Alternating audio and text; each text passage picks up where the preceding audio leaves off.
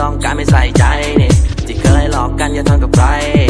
เอาไปหนึ่งคำ fuck you bitch จากนี้คงต้องทำความเข้าใจเพราะว่าไม่ดีเธอก็เลยเดินจากไปและคงไม่จำเป็นต้องความคิดถึงความห่วงใยมันจะไม่มีความสำคัญถ้ามองเป็นคนที่หมดใจในโลก